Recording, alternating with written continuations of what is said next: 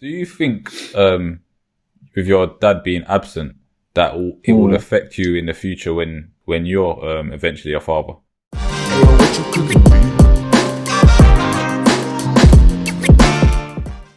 I'll be honest with you, like, absolutely. If any man is walking around with his chest puffed up saying, I'm a man, I'm a big man, and you've got kids out there that haven't seen you or don't know your face or could walk past you in the street, I'm struggling to see how you call yourself a man. You know what I'm saying? 100%. Like, shout out to definitely all the dads that are just there to start with anyway. You know what I'm saying? Man. You know, listen, as a man, we all can do more, but shout out the dads that are actually just there, just actually present. At least trying a thing. Yeah, man. At least trying a thing, because as Stu said, we're starting this podcast for people to understand that we're all, dads especially, we're all going through it. And it's not spoken about enough, and we're all trying to figure it out along the way. You know, no matter how it may look from the outside, no one's perfect. Not every situation is perfect, and we're all just trying to figure out this thing called fatherhood. We're trying to juggle, trying to be successful for our family and our kids, but at the same time, be there for them emotionally, how they need, you know, and dealing with all the other pressures that come. Do you see what I'm saying? So, you have to, you know, it's actually just there. Absolutely, man. It's such a big responsibility. And, you know, if there are any fathers or, you know, soon to be fathers, you know, veteran fathers even, right, that are listening to this, honestly, step up to the plate. You know, there's so much that you can instill in your child. It doesn't matter if you're being told by, you know, your ex-partner or other people around you that you're worthless and all the rest of it. Do your bit. I think it's really important for you to just do your bit before you look at what everyone else is doing and before you look at what everyone else is saying. You know, it's really important that you look at what you've created. Yeah, that child is there alone. You know, a child is there alone, and then they're nurtured by the mum, family members, and so on. But at the very least, do your bit. You know, speak to the child, teach them things, listen. You know, learn things from them as well. You know, and you know, if the unfortunate thing happens where, you know, you and again, I'm not speaking from a man, or I'm not speaking from a place of experience, but if there is a breakdown in the relationship, I would like to think, you know, after you've taken some time out to think about what the next steps are, you do carve out some time to say, right, this is my job as well. You know, I've got someone out there I've got something out there who's living, right, and I need to make sure I raise them in the right way. You know, it doesn't even matter what age, though. It doesn't matter what age. That's the thing. It doesn't matter. It doesn't matter what age. I think, you know, I think there has to be. I think it's high time that people do take a bit more accountability now and say, do you know what, me and the mum are not getting along, but I'm 100% going to be there for that child who's gonna turn into an adult and have their own questions to ask at some point. You know, and I think take some accountability. I think 100%. You're spot on, and I think dads, all of us need to understand that if a situation like that happens where you break up with a mum, shit's not going right between you and her, and she's, for whatever reason, you worked out that you can only see the kid once a week or once every 2 weeks. Yeah. That's not the end of the world. There's dads that are killing it seeing their kids once every 2 weeks, because when they see that child, that time that they spent with their child is the most valuable time. It can add up for 2 weeks of someone who lives with their kids. You know what I'm saying? Because when they get that chance to be with their child, they're not taking that for granted. So whatever the situation is, I don't think there's any excuse. We all know things happen, things break down, you know, people change and situations change. But if you know, I'm not speaking to the dads who may have got into a situation with the mother of their child and the mother of their child is not letting them see the child. That's a different conversation. That's a topic for another day. You know what I'm saying? Yeah. But if you can work with the mother of your child, and if she's allowing you to see the child, then be a dad. Be that person. You know what I'm saying? There's FaceTime. There's all these things that allow us to be there without actually being in a room nowadays. You know, just because you can't live in the same household, don't mean that, you know, your role as a dad has stopped. You know what I'm saying? I think what you said has kind of stuck with me. Like, there's nothing like getting like advice from your dad.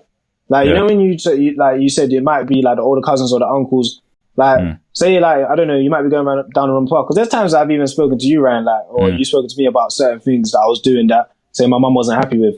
And like, yeah, it's all well and good me speaking to you and that, and that's fine. But I know as soon as I finish talking to you, I end up doing the same thing again because it's like, it's not sinking in. But I think from like, a father standpoint, like if I had, like I'm saying, if my dad was there and he kind of guided me in the right direction, if he was always there, or even like the once a week thing, even if he was doing that and he found out I was doing this, maybe even hearing it from him, it would have been like, all right, cool, like let me kind of slow down. But when you hear it from other people, it's not the same.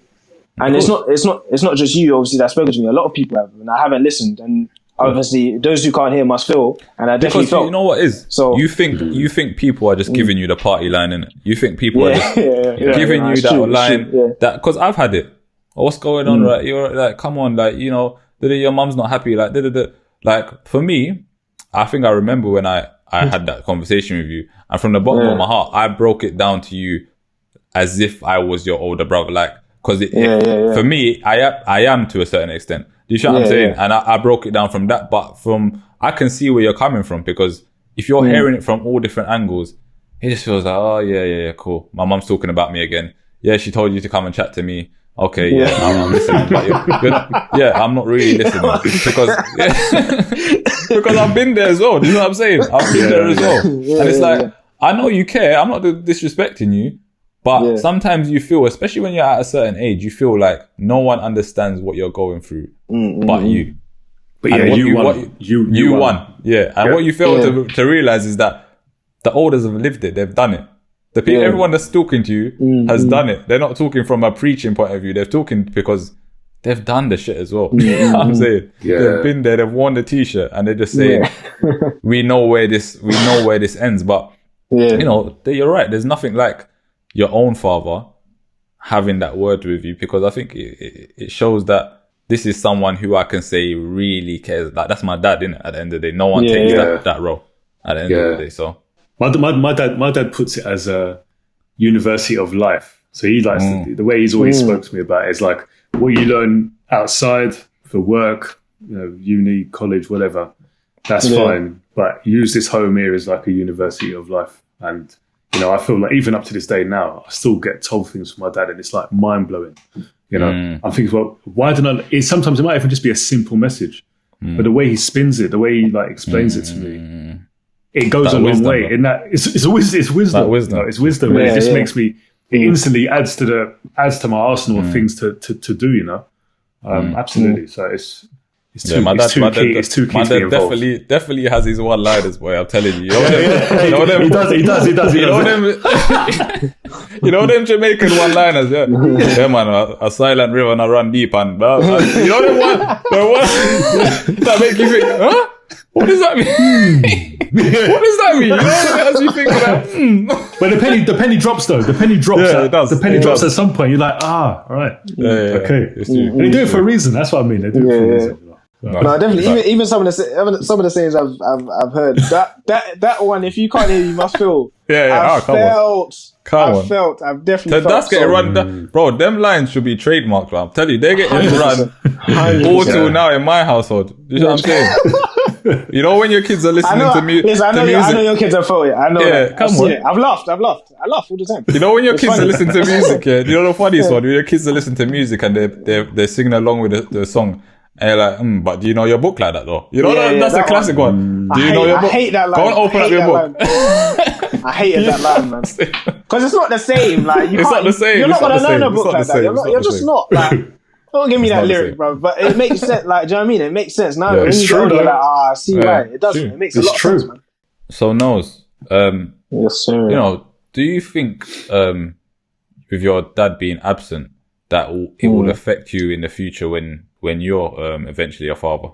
You know, what things will you make sure that you do differently apart from the obvious from just being there? But what other things will you do as a father? I think definitely giving my time, man. You know, when you're like you said, not just being there, but actually giving time, like spending time with my kids and also my partner as well. You know what I mean? Like it's just in a way, I don't fault my dad for. I mean, I fault him for not being there, but it's like I now know what I have to do as a father, roughly. Do you know what I mean? And also, like, looking at what not to do and what, like, you know what I mean? Kind of reverse that and say, okay, if he wasn't there, let me do the things that I would have wanted to do with my dad, with my kids. Do you know what I mean? And try and like, just try and do things like that. Really. Do you think it'll be important for you to have him in your life when fatherhood comes round to you? So when it goes full circle now. You know? Yeah. No, that would be ideal. Actually, I say that. I mean, like, he hasn't been in my life, so I you know, it's a sticky one. Yeah, I was about to say. I mean, it would be ideal if he was like kind of in and out, but he, you know, he hasn't been there at all. So could you really say he knows about raising a son? I think you would have to cement a relationship with him first. Cement something with him first before, because anything he comes to you now and says, you're not just going to be lapping up. Yeah, you're not going to be lapping up. It's void. Let me tell you this. Let me tell you how to do. You're going to be looking at him like, bro, what? Where have you been all this time? Nothing, bro. You know what I'm saying? Naturally, you're going to be like that. 100%. So before your child comes, he's going to have to do making up as a father for you first. You know what I'm saying? Before you can even jump on the grandfather train.